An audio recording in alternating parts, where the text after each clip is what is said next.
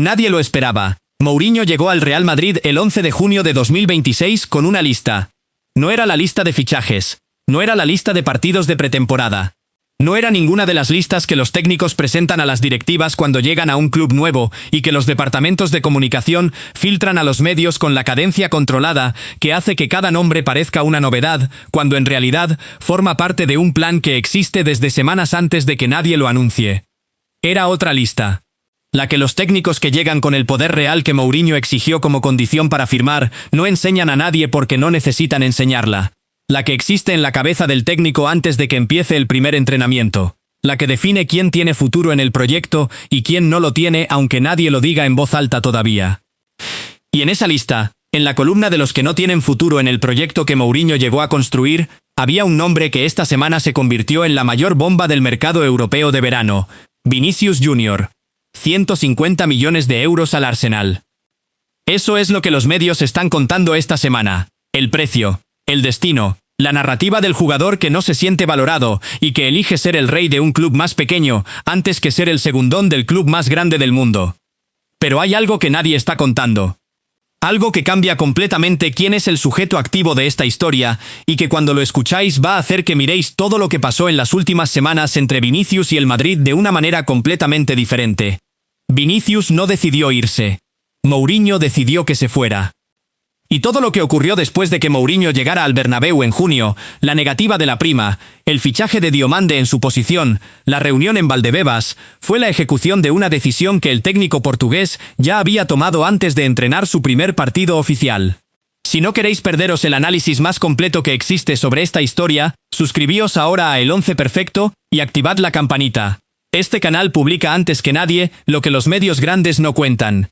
Y en el fútbol, llegar tarde a la conversación que importa es lo mismo que no llegar. Activa la campanita. Empecemos. Para entender por qué digo que Mourinho decidió que Vinicius se fuera antes de entrenar su primer partido, necesitáis entender primero el contexto exacto de cómo llegó el portugués al Bernabéu. No el comunicado oficial. No las declaraciones de presentación donde todo el mundo sonríe y dice las palabras correctas, y los fotógrafos capturan el momento con la camiseta y el escudo. Lo que hay detrás del comunicado. La conversación real que produjo la firma. Mourinho puso sobre la mesa 3 condiciones antes de firmar. 3 condiciones no negociables que Florentino Pérez aceptó en una reunión privada cuyo contenido exacto ningún medio ha podido confirmar oficialmente, pero cuya existencia y cuyo resultado son verificables por lo que pasó después. En el fútbol, las condiciones de las negociaciones raramente se filtran de manera completa. Pero sus consecuencias siempre aparecen. Y las consecuencias de lo que Mourinho y Florentino acordaron en esa reunión son exactamente los movimientos de mercado y los movimientos de vestuario que esta semana tienen al madridismo dividido. La primera condición era el presupuesto de fichajes. Mourinho quería dinero para construir su propio equipo, no el equipo que Florentino hubiera construido sin él. No el equipo que los análisis de scouting del club hubieran producido sin la visión específica del técnico sobre qué perfil de jugador necesita cada posición dentro de su sistema. El suyo, con sus criterios, con sus preferencias, con la comprensión exacta de qué tipo de futbolista encaja en el modelo que lleva décadas refinando. Los 4 fichajes que ya están confirmados, Konaté, Dumfries, Cucurella, Bernardo Silva, son exactamente el tipo de jugadores que Mourinho históricamente construye alrededor de su sistema. No galácticos, no los nombres que generan portadas antes de que empiecen los entrenamientos. Trabajadores inteligentes que entienden el rol que el técnico les asigna y que lo ejecutan sin negociar con el banquillo. Jugadores que en sus clubes anteriores han demostrado que pueden funcionar dentro de estructuras tácticas específicas sin necesitar ser la figura central del proyecto para rendir al nivel que el técnico necesita. Ese tipo de jugador es el que Mourinho quiere, siempre lo fue. Y el presupuesto que negoció con Florentino fue suficiente para conseguirlos. La segunda condición era el mando total. Que las decisiones deportivas fueran suyas, y solo suyas, sin interferencia de la directiva en el 11, en los entrenamientos, en los fichajes y en las salidas. Eso fue lo que Mourinho exigió antes de firmar, y eso fue lo que Florentino aceptó según todas las fuentes que cubrieron la negociación. No en términos vagos, en términos específicos. El técnico decide quién juega, quién no juega, quién se va y quién llega. El presidente pone los recursos. La combinación de los dos produce los resultados. El crédito se reparte. La responsabilidad, también. Esa condición tiene antecedentes en la primera etapa de Mourinho en el Madrid. En 2010, Florentino hizo la misma promesa. Y durante 3 temporadas, hubo momentos donde esa promesa se mantuvo, y momentos donde no se mantuvo. Los momentos donde no se mantuvo, coinciden exactamente con los momentos donde el proyecto empezó a deteriorarse de maneras que ningún resultado deportivo podía ocultar completamente. La Liga de los 100 puntos, seguida de las semifinales de Champions, seguidas de las tensiones de vestuario, seguidas de la salida. Ese ciclo lo conoce el madridismo de memoria, aunque raramente lo analice con la honestidad que merece, porque la nostalgia de los títulos de ese periodo tiende a suavizar la memoria de las grietas que los acompañaron. Esta vez Mourinho llegó con el aprendizaje de esa primera etapa. Sabía exactamente qué había fallado. Y la condición del mando total la negoció con más especificidad que en 2010. No como un principio general, como un protocolo concreto. Con ejemplos específicos de las decisiones que quedarían bajo su autoridad exclusiva y las que requerirían consulta con la directiva. Y la tercera condición era la que ningún comunicado de presentación va a mencionar nunca, pero que en el Madrid de este verano es la más importante de las 3. Que pudiera decidir con quién quería trabajar y con quién no. Esa condición tiene un nombre técnico en el vocabulario del fútbol de élite, que los periodistas deportivos raramente usan en sus análisis, porque suena demasiado transaccional para la narrativa de los grandes fichajes. Se llama poder de veto sobre la plantilla. El derecho del técnico a decir que un determinado jugador no encaja en su proyecto, aunque ese jugador tenga contrato vigente, aunque ese jugador haya ganado 2 Champions con el club, aunque ese jugador tenga 150 millones de euros de valor de mercado, y aunque ese jugador sea en términos estadísticos, uno de los 5 mejores extremos del fútbol mundial en este momento. El poder de veto sobre la plantilla es la condición que más raramente se concede en el fútbol de élite, porque sus consecuencias son exactamente las que estamos viendo esta semana. Cuando un técnico puede vetar a un jugador sin necesitar justificarlo públicamente, cuando esa decisión se ejecuta a través de un proceso que hace que el jugador llegue a la conclusión de que irse es la mejor opción sin que nadie haya tenido que decírselo explícitamente, el club pierde la narrativa. No puede explicar lo que pasó de manera que su imagen salga completamente intacta.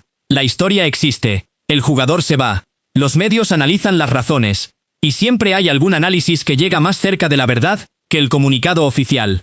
Este es ese análisis. Mourinho ejerció el poder de veto sobre la plantilla antes de que empezara la pretemporada, y el nombre sobre el que lo ejerció fue Vinicius Jr. La pregunta que este análisis tiene que responder antes de avanzar es la más obvia de todas, la que cualquiera que haya seguido esta historia en los medios grandes ya se habrá hecho. ¿Por qué Mourinho no quería a Vinicius? No la versión superficial que los medios están usando, la de que el técnico ya tiene a Mbappé en esa posición y que los 2 grandes egos en el mismo lado del campo generan las fricciones que 2 temporadas de desastre deportivo demostraron que el Madrid no puede permitirse. Esa versión es verdadera en términos tácticos. Mbappé y Vinicius compiten por los mismos espacios. Los 2 quieren el balón en la misma zona. Los 2 necesitan el mismo tipo de protagonismo para rendir al nivel que sus clubes pagan para que rindan. Tener a los 2 en el mismo equipo bajo el sistema de Mourinho produce las tensiones que cualquier analista táctico puede describir sin haber pisado Valdebebas. Pero esa es la superficie. La versión real va mucho más atrás. Va a un partido de la Liga Portuguesa en junio de 2023.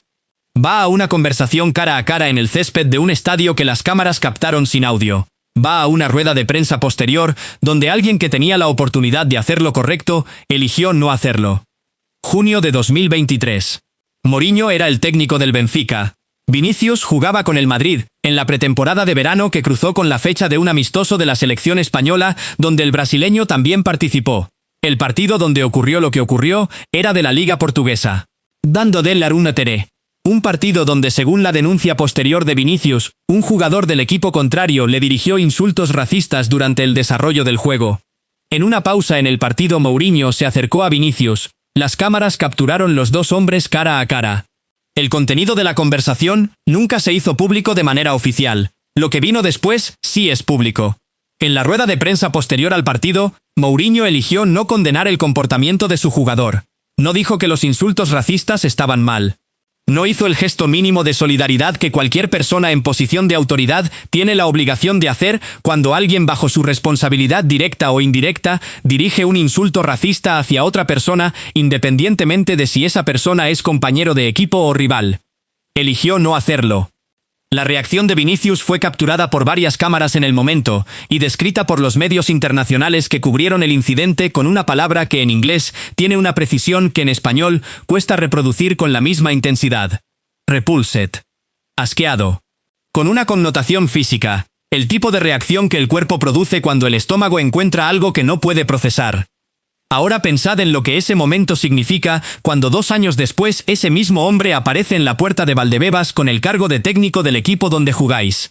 No como rival, no como representante de otro club, como el hombre con autoridad sobre vuestro vestuario, vuestros entrenamientos, vuestras titularidades, vuestro rol dentro del proyecto que ese club construye. Los momentos donde una persona que tiene o va a tener autoridad sobre ti, tuvo la oportunidad de defenderte ante algo que te hiere de la manera más profunda posible, y eligió no hacerlo, no desaparecen cuando el partido termina. No desaparecen cuando el calendario avanza, y cuando las temporadas se acumulan, y cuando los títulos llegan, y cuando la vida sigue con la naturalidad que el tiempo produce en todos los procesos. Se quedan en algún lugar dentro de la manera en que procesas la presencia de esa persona.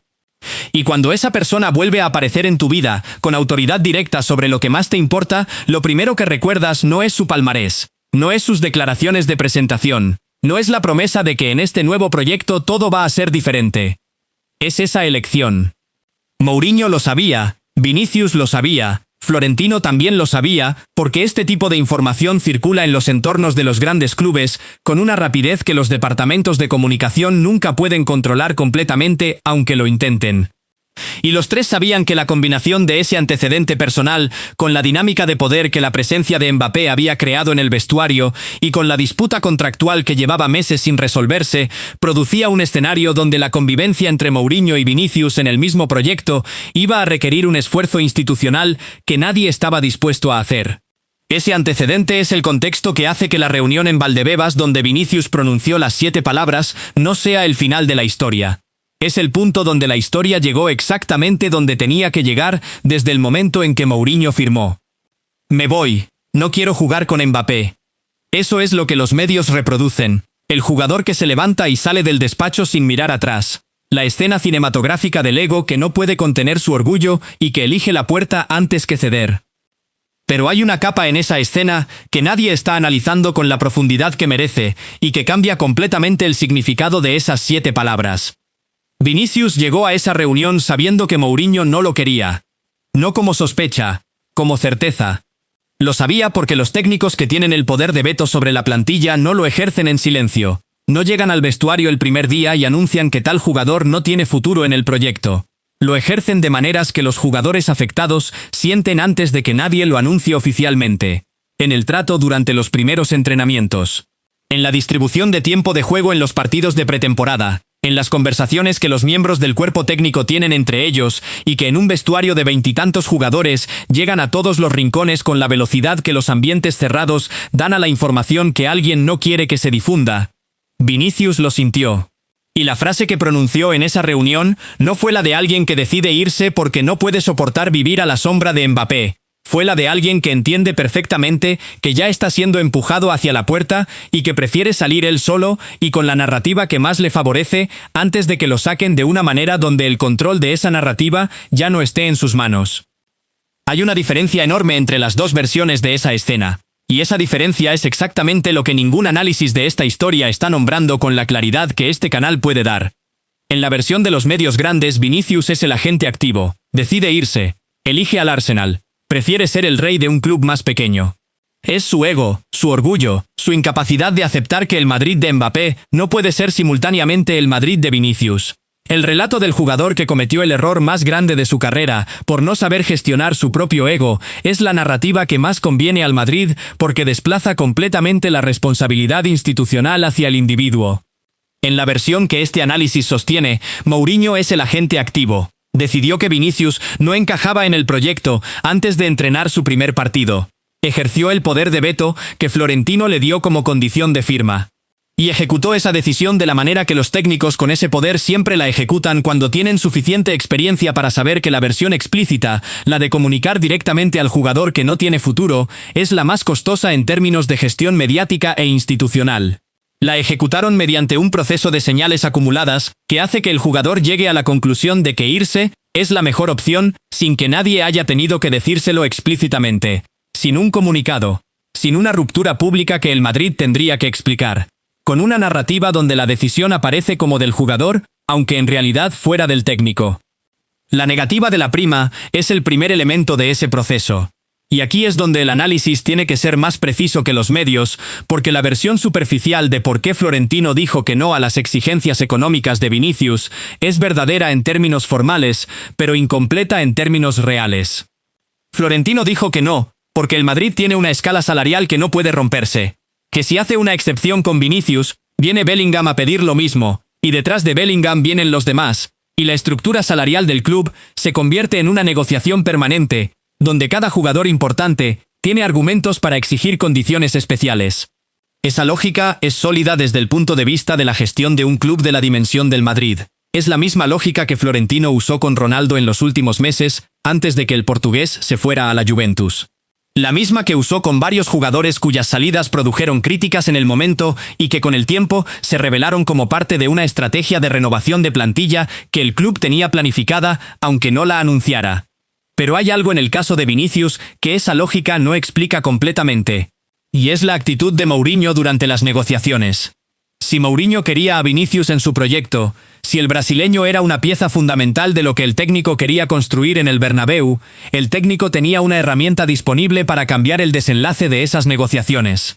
Una herramienta que los técnicos con mando total usan cuando identifican que la directiva está tomando una decisión que pone en riesgo el proyecto que ellos tienen que construir y que solo funciona cuando el técnico tiene la credibilidad y el respaldo presidencial que Mourinho supuestamente tenía cuando firmó.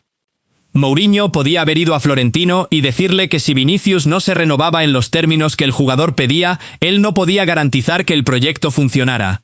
Que la presencia de Vinicius, motivado, en el centro del sistema que quería construir, era la diferencia entre un proyecto que tenía opciones reales de ganar la Champions en las próximas 2 temporadas, y un proyecto que iba a necesitar más tiempo para producir los títulos que el Bernabéu siempre exige.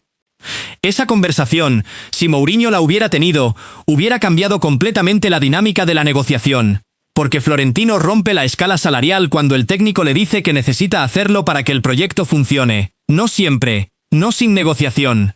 No sin calcular el coste en términos de precedente y de gestión de las demandas de otros jugadores que van a usar ese precedente como argumento. Pero la rompe cuando el técnico que él eligió, y al que dio mando total, le dice que sin esa excepción, el proyecto no puede ser lo que prometió ser. Mourinho no tuvo esa conversación. O la tuvo en términos tan suaves que no produjo el efecto que un técnico con el peso y la influencia de Mourinho puede producir cuando se implica de verdad en una negociación. Habló con Vinicius, sí. Los medios lo reportaron.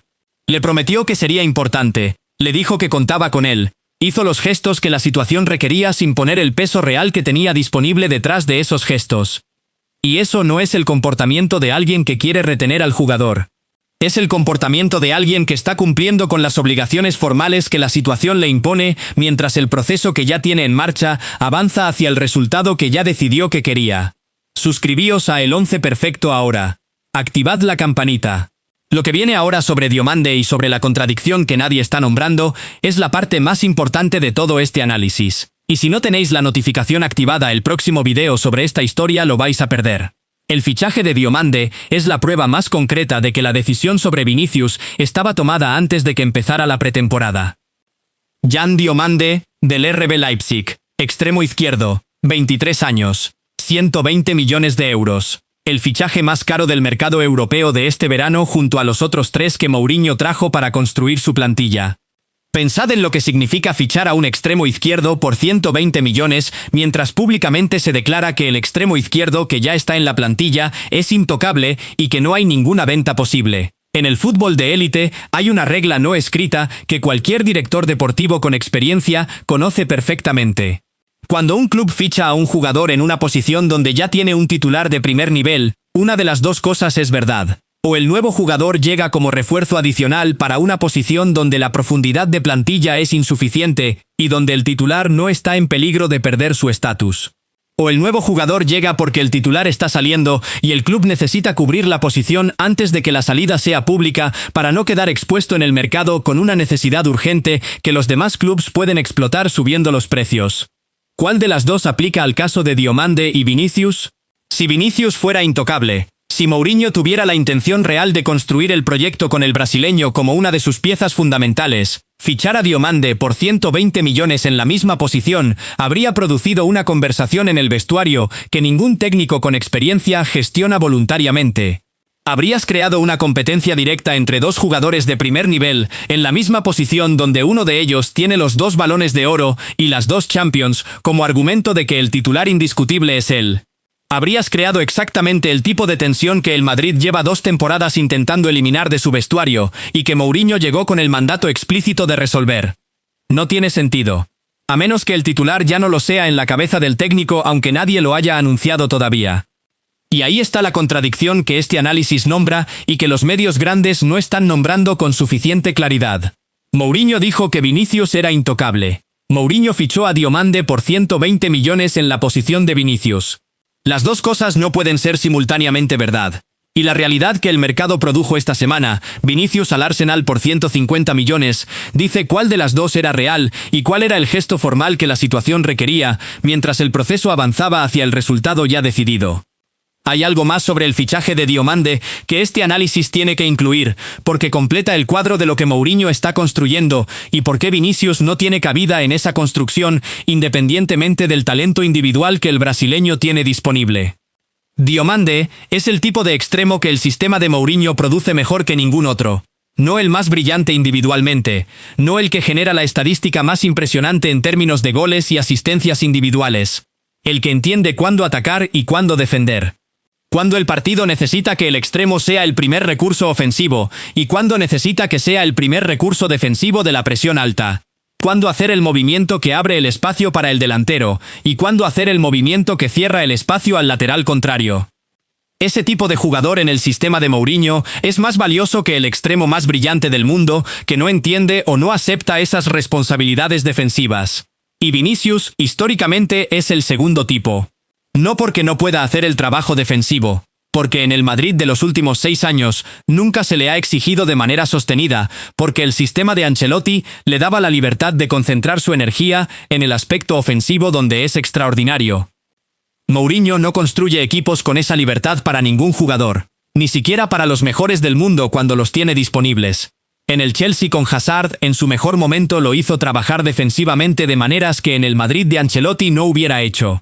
En el Madrid con Cristiano Ronaldo llegó a situaciones de tensión, exactamente por lo mismo. El técnico portugués cree que un sistema donde un jugador tiene libertades que los demás no tienen, es un sistema con una grieta estructural que tarde o temprano el rival va a explotar. Vinicius y ese modelo de trabajo son incompatibles, no como característica permanente del jugador. Como resultado de 6 años de sistema que le enseñó que su valor está en el desequilibrio ofensivo puro y que las responsabilidades defensivas son secundarias respecto a eso. Enseñar a Vinicius a ser el extremo que Mourinho necesita hubiera requerido exactamente el tiempo y el trabajo diario que los técnicos de club tienen disponibles y que los técnicos de selección no tienen. Meses de entrenamientos. Partidos donde el sistema se consolida poco a poco. La paciencia de un proceso que produce fricciones antes de producir resultados porque ningún jugador de primer nivel acepta sin resistencia que le pidan que cambie de manera fundamental cómo usa su energía dentro del campo. Mourinho no tenía ese tiempo. No con la presión que el Bernabéu pone sobre cualquier proyecto desde el primer partido oficial. No con 2 temporadas sin ganar nada como contexto. No con la necesidad de producir resultados visibles en los primeros meses para generar la confianza que el mando total requiere para sostenerse cuando lleguen las primeras dificultades. Y la alternativa a ese proceso era exactamente lo que esta semana el mercado confirmó. Traer a Diomande, que ya tiene las características que el sistema necesita en esa posición, y liberar a Vinicius para que vaya a buscar el protagonismo que en el Arsenal va a encontrar de manera inmediata, sin necesidad de ningún proceso de adaptación. Ahora llegamos a la parte del análisis que más va a dividir a los que lleváis años siguiendo el Madrid desde Europa, con la pasión que esta audiencia tiene. La parte donde hay que ser completamente honesto sobre si Mourinho hizo lo correcto al sacar a Vinicius, sea cual sea la versión de cómo ocurrió. Hay un argumento que defiende a Mourinho, que este canal no puede ignorar, aunque la narrativa de este video no lo favorezca. Un argumento que cualquiera que haya seguido de cerca lo que ocurrió en el vestuario del Madrid en las 2 últimas temporadas, entiende sin necesidad de que nadie se lo explique, porque las evidencias son demasiado visibles para ignorarlas. Mourinho llegó a un vestuario que llevaba 2 temporadas siendo simultáneamente el más caro y el más disfuncional de Europa. Un vestuario donde 2 jugadores de primer equipo terminaron en el hospital después de una pelea en un entrenamiento de mayo de 2026. Donde un técnico fue destituido en 233 días, no porque los resultados fueran malos, sino porque las dinámicas de poder dentro del grupo hacían imposible que cualquier técnico ejerciera la autoridad que su cargo requería. Donde la presencia de jugadores con un peso mediático y comercial suficientemente grande para que el club no quisiera confrontarlos directamente, producía un ambiente donde la jerarquía que cualquier vestuario de élite necesita para funcionar era reemplazada por alianzas y tensiones que ningún sistema táctico podía resolver porque no eran un problema táctico. En ese vestuario Vinicius no era solo un problema deportivo, era el símbolo más visible de la disfunción, no el único, no necesariamente el principal, pero el más visible porque su perfil mediático hacía que cada movimiento suyo dentro del club fuera analizado, comentado y amplificado de maneras que los movimientos de otros jugadores con el mismo comportamiento no lo eran porque no tenían la misma audiencia. El incidente del Clásico de octubre de 2025, donde Vinicius protestó públicamente la sustitución de Xabi Alonso, es el ejemplo más claro de lo que este análisis describe. La sustitución era normal. Cualquier técnico la habría hecho en cualquier partido del mundo, en las mismas circunstancias. Lo que no era normal era la reacción visible de Vinicius ante 80.000 personas y millones de espectadores en televisión. Y lo que era aún menos normal era la decisión del club de no generar ninguna consecuencia institucional para esa reacción, porque las consecuencias comerciales de confrontar a Vinicius eran más costosas que las consecuencias deportivas de no hacerlo. Ese mensaje, el de que hay jugadores cuya conducta no tiene las mismas consecuencias que la conducta del resto porque su peso mediático los protege, es el mensaje más destructivo que un vestuario puede recibir. Porque una vez que ese mensaje está en el ambiente, una vez que todos los jugadores del grupo saben que la jerarquía tiene excepciones, dependiendo de quién seas, la autoridad del técnico se convierte en algo negociable, no en términos explícitos, en la práctica diaria. En el entrenamiento del martes, en la reunión táctica del jueves, en los 100 pequeños momentos donde un jugador tiene que decidir si hace lo que el técnico pide o si evalúa si en este caso específico puede permitirse no hacerlo sin consecuencias reales. Mourinho entiende ese mecanismo mejor que nadie porque lleva décadas viviéndolo en distintos contextos. Lo vio en el Chelsea cuando la directiva protegió a jugadores que él quería disciplinar. Lo vio en el Manchester United cuando Pogba se convirtió en el símbolo de exactamente el mismo problema.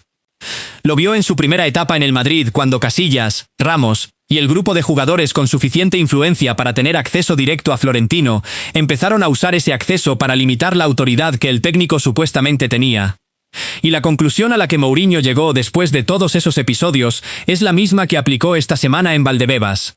Que en un vestuario donde la jerarquía está en cuestión, hay exactamente 2 maneras de restaurarla. La primera es producir resultados tan buenos y tan rápidos que la jerarquía del éxito se imponga sobre cualquier otra dinámica de poder, porque el vestuario entero quiere ser parte de algo que gana. La segunda es eliminar del vestuario a los jugadores cuya presencia hace que la primera opción sea imposible porque su poder dentro del grupo es mayor que el del técnico. Mourinho intentó la primera opción en el Chelsea con Mourinho 1 y funcionó.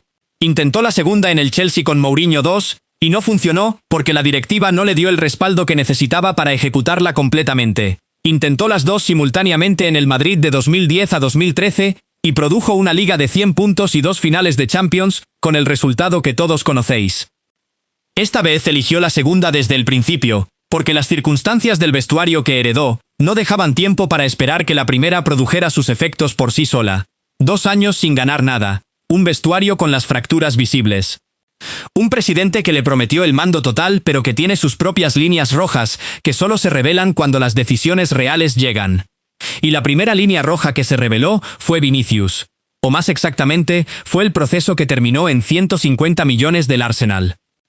Ahora viene la pregunta más importante de todo este análisis, la que este canal nombra con claridad porque es la que define lo que el Real Madrid de los próximos 5 años va a ser. No la pregunta de si Vinicius hace bien en irse al Arsenal. No la pregunta de si Mourinho tiene razón sobre la necesidad de limpiar el vestuario. Esas dos preguntas tienen respuestas que el tiempo va a revelar con la brutalidad que los resultados deportivos siempre tienen. La pregunta que importa de verdad es esta. ¿Sabía Florentino que Mourinho no quería a Vinicius cuando lo contrató? Esta pregunta tiene dos respuestas posibles. Y las dos tienen implicaciones enormes sobre lo que el proyecto del Madrid con Mourinho puede producir en los próximos años. La primera respuesta posible es que Florentino no lo sabía. Que las condiciones que Mourinho puso sobre la mesa cuando negoció su vuelta al Madrid no incluían de manera explícita el nombre de Vinicius. Que el poder de veto sobre la plantilla se negoció en términos genéricos, y que Mourinho ejerció ese poder sobre Vinicius de manera unilateral, después de firmar sin que el presidente anticipara completamente que ese era el primer uso que el técnico iba a hacer de esa condición. Si eso es lo que ocurrió, la historia que está pasando esta semana no es la del Madrid ejecutando un plan de salida de Vinicius que existía desde antes de que empezara la pretemporada. Es la del Madrid descubriendo que el técnico al que dio mando total tiene una agenda propia sobre quién debe estar en la plantilla que no coincide completamente con la agenda del presidente. Esa versión tiene precedentes devastadores en la carrera de Mourinho. En el Chelsea en su segunda etapa el técnico utilizó el poder que Abramovich le había dado para tomar decisiones sobre el vestuario que el presidente no había anticipado completamente cuando le dio ese poder. Las consecuencias incluyeron la destitución después de una temporada de inicio desastroso. En el Manchester United con Pogba, Mourinho usó su autoridad para hacer la vida imposible a un jugador que Woodward consideraba intocable por razones comerciales. Las consecuencias incluyeron tensiones que contribuyeron a su salida. En su primera etapa en el Madrid con Casillas, la situación fue aún más directa, porque el portero no era solo un jugador, sino un símbolo de la institución que Florentino no podía sacrificar sin consecuencias de imagen que iban mucho más allá del campo. Si Florentino no sabía que Mourinho no quería a Vinicius, el mando total que le dio al técnico ya está produciendo consecuencias que el presidente no anticipó. Y esas consecuencias van a seguir llegando porque un técnico que tiene poder de veto sobre la plantilla y que lo ejerció en el primer jugador importante que decidió sacar, no va a detenerse en el primero. El siguiente en la lista es el siguiente, y así sucesivamente hasta que el presidente decida que los costes de ese poder superan los beneficios que justificaron darlo. La segunda respuesta posible es que Florentino sí lo sabía. Que la decisión de salir de Vinicius formaba parte del plan cuando Mourinho firmó. Que la operación de 150 millones con el Arsenal no llegó por sorpresa a los despachos de Chamartín, sino que fue exactamente el resultado que la estrategia diseñada antes de que empezara la pretemporada buscaba producir. Si eso es lo que ocurrió, la narrativa del jugador que decide irse porque no soporta ser el segundón de Mbappé no es una narrativa que emergió de manera espontánea a partir de los hechos. Es la narrativa que el club diseñó para que el proceso de salida de Vinicius llegara a los medios de la manera que más beneficia al Madrid. No como una expulsión, como una decisión del jugador, con la responsabilidad individual del brasileño como pantalla que cubre la decisión institucional que en realidad la produjo. Esa versión también tiene precedentes en la carrera de Florentino. La capacidad del Madrid de gestionar las salidas de sus grandes estrellas de maneras donde la narrativa siempre favorece al club es algo que el madridismo conoce perfectamente, aunque raramente lo nombre en voz alta cuando el tema es un jugador al que ama. Con Cristiano Ronaldo en 2018, la narrativa fue la del jugador que ya no se sentía suficientemente valorado y que buscaba un nuevo desafío en Italia. La realidad de lo que ocurrió en los despachos de Chamartín en los meses previos a esa salida es más compleja que esa narrativa, aunque la narrativa fuera suficientemente coherente con los hechos para que la mayoría de los medios la adoptara sin cuestionarla. Con Vinicius, la estructura es similar. La narrativa del ego herido por Mbappé es coherente con los hechos. Los hechos reales respaldan esa narrativa en términos verificables. Las tensiones existieron. La competencia por el protagonismo existió. La disputa del contrato existió. Todo lo que la narrativa describe ocurrió. La pregunta no es si ocurrió. La pregunta es si fue la causa de la salida, o si fue el proceso que se dejó desarrollar, precisamente porque producía el resultado que alguien ya había decidido que quería producir. No sé cuál de las dos versiones es la correcta. Y seré honesto con vosotros, porque lleváis décadas siguiendo el fútbol europeo, y merecéis honestidad sobre lo que este análisis sabe y lo que no sabe, sobre lo que puede afirmar con los datos disponibles y lo que solo puede plantear como hipótesis que los hechos hacen plausible, pero que ninguna fuente con nombre y apellido está dispuesta a confirmar en este momento. Lo que sé es que las dos versiones existen. que las dos son coherentes con los hechos verificables de lo que ocurrió estas semanas, y que la pregunta de ¿cuál es la correcta? Dice más sobre el Real Madrid de Mourinho que cualquier resultado deportivo que ese equipo pueda producir en los próximos meses. Porque si Florentino no sabía que Mourinho no quería a Vinicius el mando total que le dio al técnico, ya tiene su primera gran consecuencia no prevista. Y el Madrid históricamente no tolera durante mucho tiempo los técnicos cuyo mando total produce consecuencias que el presidente no anticipó y que generan los costes mediáticos y deportivos que la salida de Vinicius está generando. Y si Florentino sí sabía, si el plan existía desde el principio, entonces el Madrid eligió los 150 millones del Arsenal y el proyecto de Mourinho sobre la continuidad del mejor extremo que ha tenido en los últimos 5 años. Esa es una apuesta legítima que puede producir los resultados que justifican el coste, pero es una apuesta, no una certeza, y el madridismo tiene que entenderla como lo que es, y no como lo que el comunicado oficial y la narrativa del jugador que decide irse presentan. Voy a daros mi opinión sin filtros, porque para eso estamos aquí, y porque lleváis décadas siguiendo el fútbol europeo, y merecéis una opinión directa que no se esconde detrás de los dos lados de la historia, como si todos los lados fueran igualmente válidos, cuando el análisis de los hechos sugiere que uno tiene más peso que el otro. Mourinho tiene razón en el diagnóstico. El vestuario del Madrid llevaba 2 temporadas siendo el problema más grande que el club tenía, y Vinicius formaba parte de ese problema aunque no fuera el único elemento ni el más importante. La disfunción que produjo la destitución de Xabi Alonso en 233 días, y el desastre de Arbeloa con la eliminación en la Copa del Rey por el Albacete, y la pelea en el entrenamiento de mayo, no iba a resolverse con charlas motivacionales y con el tiempo. Requería intervención directa sobre las dinámicas de poder que la habían producido. Pero Mourinho se equivoca en el tratamiento. No porque sacar a Vinicius sea la decisión incorrecta en términos abstractos, sino porque sacarle de esta manera, a través de un proceso donde nadie asume públicamente la decisión real, donde el club dice intocable mientras ficha a su sustituto y deja que el jugador llegue a la conclusión de que irse es la única opción, produce exactamente el tipo de narrativa que el Madrid no puede controlar. La narrativa de que en el Bernabéu los técnicos que llegan con mando total, en realidad tienen un mando que tiene límites que solo se revelan cuando la primera decisión importante llega. La narrativa de que la gestión de las estrellas en el Madrid siempre produce algún nivel de ambigüedad entre lo que se dice públicamente y lo que se hace realmente. La narrativa que hace que los jugadores que el Madrid quiere fichar en los próximos veranos evalúen el riesgo de llegar a un club donde la narrativa de las salidas no siempre coincide con la realidad de lo que ocurrió en los despachos. Eso no destruye el proyecto de Mourinho. El fútbol tiene la capacidad de absorber estas narrativas cuando los resultados llegan y cuando los títulos convierten las preguntas sobre el proceso en detalles secundarios que nadie recuerda, porque la Champions en el Bernabéu hace que todo lo demás parezca irrelevante. Pero si los resultados no llegan, si el Madrid de Mourinho sin Vinicius no produce los títulos que justifican el proceso que esta semana costó al mejor extremo del club en los últimos 5 años, entonces la narrativa no va a ser la del técnico que tomó la decisión difícil que el vestuario necesitaba. Va a ser la del técnico que sacó a Vinicius y que sin él no fue capaz de construir lo que prometía construir. 150 millones del Arsenal. Vinicius en el Emirates. Mourinho con Diomande en la izquierda, Mbappé en el centro, y el vestuario más caro de Europa reconstruido según sus criterios. Ese es el Madrid de la próxima temporada. Puede funcionar. Puede ser exactamente el equipo que Mourinho necesita para construir el legado que prometió cuando firmó. Puede ser la Champions que el Bernabéu lleva 2 años esperando con la impaciencia que ese estadio produce de manera automática en cualquier temporada sin título. O puede ser el principio de la misma historia que el madridismo ha visto 2 veces en los últimos 2 años. El técnico con el proyecto claro y el proyecto que en los partidos que importan no produce los resultados que prometía. Con la diferencia de que en esta versión de la historia, el técnico que eligió Florentino es el más ganador de su generación, el que más veces ha ganado Champions, el que más veces ha construido equipos que en los momentos donde el torneo más exigente del mundo lo exige, producen exactamente lo que necesitan producir. Mourinho puede hacerlo, tiene todo lo que necesita para hacerlo.